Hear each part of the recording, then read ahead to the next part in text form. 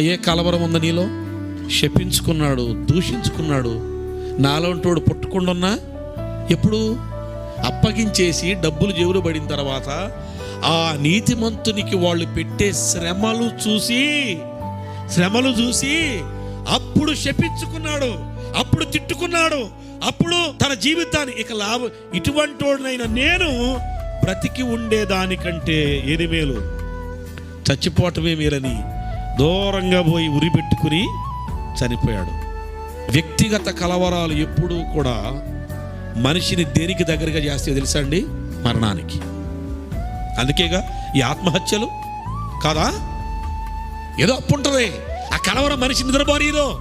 ఇది అనమందు ఒక దైవజనునిగా నేను చెప్తున్నాను, బాగా వినండి. నీ ఆత్మహత్య నీ సమస్యకు పరిష్కారం అనుకుంటున్నావు, కానీ బ్రతుకున్న వాళ్ళందరికీ కలవరం పెట్టి చేస్తున్నావు. నువ్వు అసలు గుర్తుంచుకో.